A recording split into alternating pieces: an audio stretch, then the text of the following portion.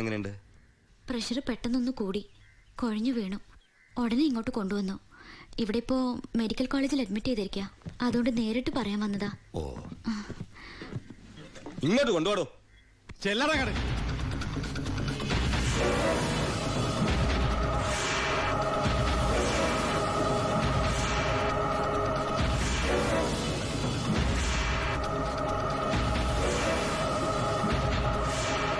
കേറി ചെല്ലടാ കട.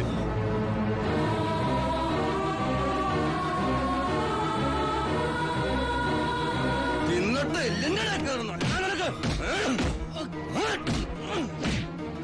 മോളെ നീ പോരും.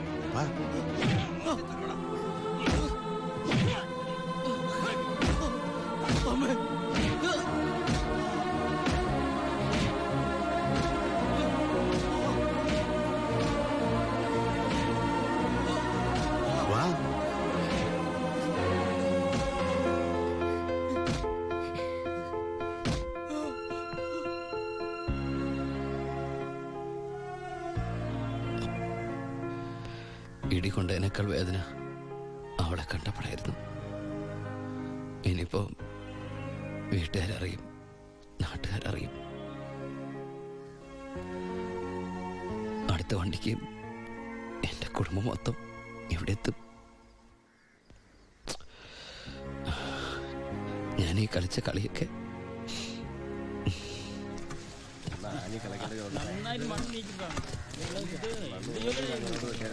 പരമശിവം, നിനക്കൊരു വിസിറ്റർ ഉണ്ട്. ഈശ്വര, അമ്മയായിരിക്കും.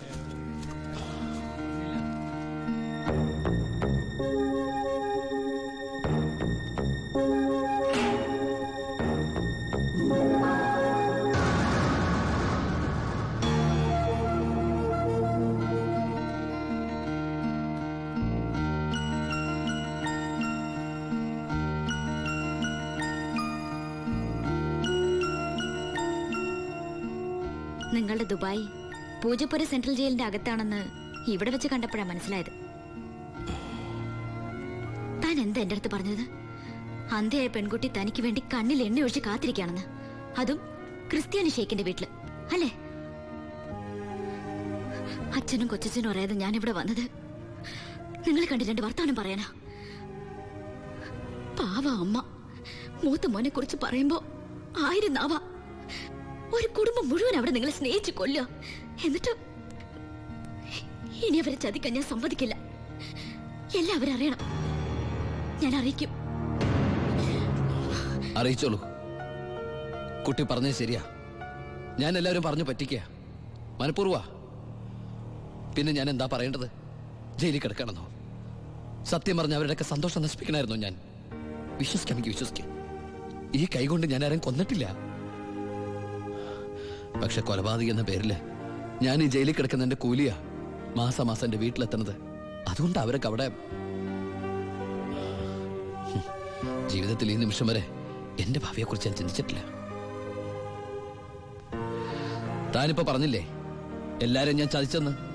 പരോളിനിറങ്ങി എനിക്ക് വേണമെങ്കിൽ തന്നെ കല്യാണം കഴിക്കായിരുന്നു. അതിനുശേഷമാണ് താൻ എന്നോട് വെച്ച് കാണുന്നെങ്കിലോ? ഞാനൊരു ക്രൂരനും കൊലപാതകമായിട്ട് തനിക്ക് തോന്നുന്നുണ്ടെങ്കിൽ പറയാം, എല്ലാം പറയാം, എല്ലാരോടും പറയാം. ഒരു കള്ളക്കഥയുണ്ടാക്കി തന്നെ ഞാൻ വിശ്വസിപ്പിക്കാൻ ശ്രമിച്ചത് തന്നോടുള്ള ഇഷ്ടക്കുറവുണ്ടല്ല, നിന്നെ എനിക്ക് ഒരുപാട് ഇഷ്ടമായതുകൊണ്ടാ.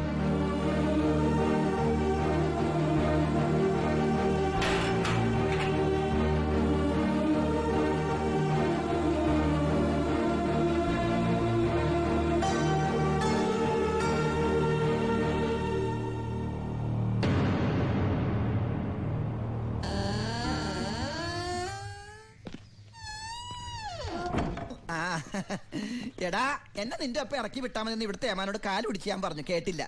ദേ ചവിട്ടി പുറത്താക്കി.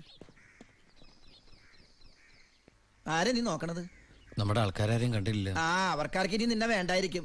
നീ വിഷമിക്കണ്ട. അത്യാവശ്യം ദുബായ് സാധനങ്ങൾ വാങ്ങാനുള്ള കാശ് എന്റെ കയ്യിലുണ്ട്. പിന്നെ ഒരു ഡ്യൂട്ടി പെയ്ഡ് ഷോപ്പും ഞാൻ അടിച്ചു മാറ്റിയിട്ടുണ്ട്.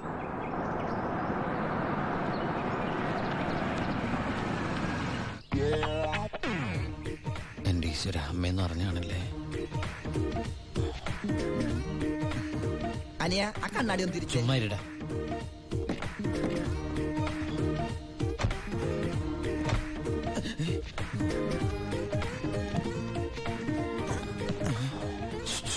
ഷൂവോ?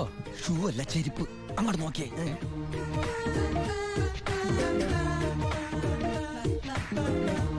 പൊറിഞ്ചു, അവളെ കണ്ടിട്ട് എന്ത് തോന്നണം? എന്തെങ്കിലും തോന്നിയാ തന്നെ എനിക്കങ്ങനൊന്നും തോന്നാൻ പാടില്ലല്ലോ. നീ കെട്ടാമണ പെണ്ണല്ലേ, അവൾ എനിക്ക് എന്റെ അമ്മയെ പോലെയാ. പോടാ. അതല്ല, അവളെന്റെ അമ്മയോടെല്ലാം സത്യം പറഞ്ഞു കാണുമെന്ന്. ഏയ്, ലക്ഷണം കണ്ടിട്ട് ഒന്നും വിടാതെ പറഞ്ഞ പോലെ ഉണ്ട്. ലോഡ് കൂടിയോന്നൊരു സംശയം. മോനെ ഉണ്ണി,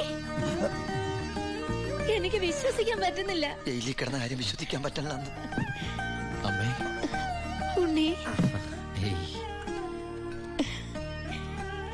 ഇനി നിന്നെ ഞാൻ ഉടനെ ഒന്നും ദുബായിക്ക് വിടില്ല. അയ്യോ, ഇനി ദുബായിക്ക് തിരിച്ചു പോകണ്ടമ്മേ, ശിക്ഷ കഴിഞ്ഞില്ലേ? ശിക്ഷയോ? അല്ല, ഈ അറബിയുടെ കൂടെ പണിയെടുക്കാന്ന് പറഞ്ഞാ അതിലും വലിയ ശിക്ഷയുണ്ടോ അമ്മേ?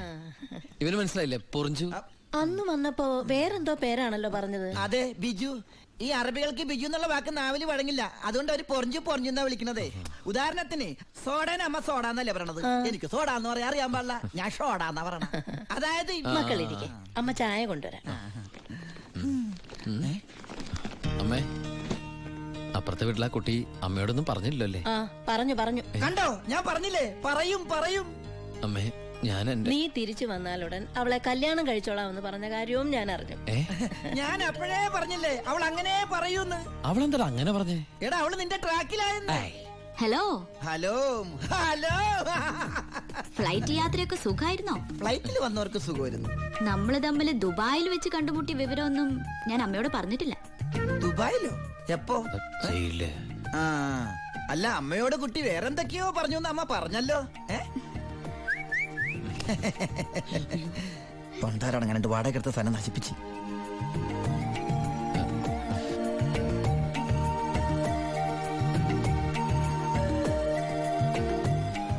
അച്ഛനെ കണ്ടില്ലല്ലോ. അതിനിത് പള്ളിയല്ലല്ലോ. കുട്ടിയുടെ അച്ഛൻ. അച്ഛൻ വൈദ്യരെ കാണാൻ പോയിരിക്കാ. ആ, കുഴമ്പ് വാങ്ങാൻ പോയതായിരിക്കും. നിന്നെ ജയിലിലിട്ട് ഇടിച്ച ഇടി ഒരു എപ്പിസോഡ് പോലും വിടാതെ കുട്ടി കണ്ടതല്ലേ? ഒരു മിനിറ്റ്, ഒരു മിനിറ്റ്, വരൂ. ഒരൊറ്റ മിനിറ്റ്. എന്താണ് സീക്രട്ട് ആണാ? കണ്ടോ? അതെടുത്തേ. പെൺകുട്ടികളുടെ മുമ്പിൽ ആളാവരുത്.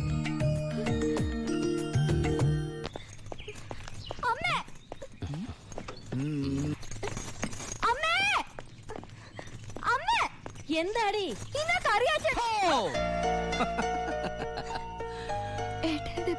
ആ, എന്താടി ഏട്ടനെ കണ്ടിട്ട് പഴയ പോലത്തെ ഒരു സന്തോഷമില്ലാത്ത? എന്തിനാ മോളെ? നിന്റെ മുഖം കണ്ടാൽ എനിക്ക് അറിഞ്ഞൂടെ എന്താ പ്രശ്നം? ഏട്ടാ, കറിയാച്ചൻ ഇന്ന് കോളേജിൽ വന്നിരുന്നു. കാശിന്റെ കാര്യം പറഞ്ഞു കുട്ടികളുടെ മുന്നിൽ വെച്ച് എന്നെ ഒരുപാട് ചീത്ത പറഞ്ഞു. അമ്മേ, അമ്മേ. എന്താ മോനെ? ആ കറിയാച്ചൻ ഈ മാസത്തെ കാശ് കൊടുത്തില്ലേ? 6 മാസമായിട്ട് നീ കാശ് അയച്ചില്ലല്ലോ മോനെ.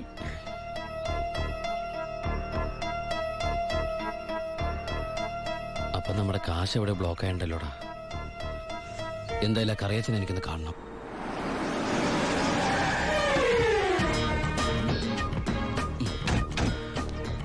കറിയാച്ചനുണ്ടോടോ? ആരാ? എന്താ കാര്യം? വേണ്ട. അല്ലേ, ആരാ? ദുബായിക്കാരൻ എപ്പോ എത്തി? കേറിക്കോ. വാ വാ, ഇരിക്കേ. എന്റെ പൊന്ന് കറിയാച്ച, കുറച്ച് കരുണ കാണിക്കണം, ദയ ഉണ്ടാവണം. കരുണ, ദയ, അതെന്നതാ സാധനം? എന്റെ ലൈഫ് ഞാൻ കണ്ടിട്ടേ ഇല്ലല്ലോ. കറിയാച്ചന് കാശ് തരാനുള്ളത് നേരാ. പക്ഷെ അതിന്റെ പേരില് അമ്മയും പെങ്ങളെയും ചീത്ത പറയുന്നത് മര്യാദയാണ് അച്ചായ? എന്റെ അമ്മയും പെങ്ങളെയൊന്നും അല്ലല്ലോ ഞാൻ ചീത്ത പറഞ്ഞേ, നിന്റെ അല്ലേ? എടാ കൊച്ചനെ, ഞങ്ങള് പലിശക്കാർക്കൊരു അനുഗ്രഹമാ ഈ ഭാര്യയും അമ്മയും പെങ്ങളും ഒക്കെ.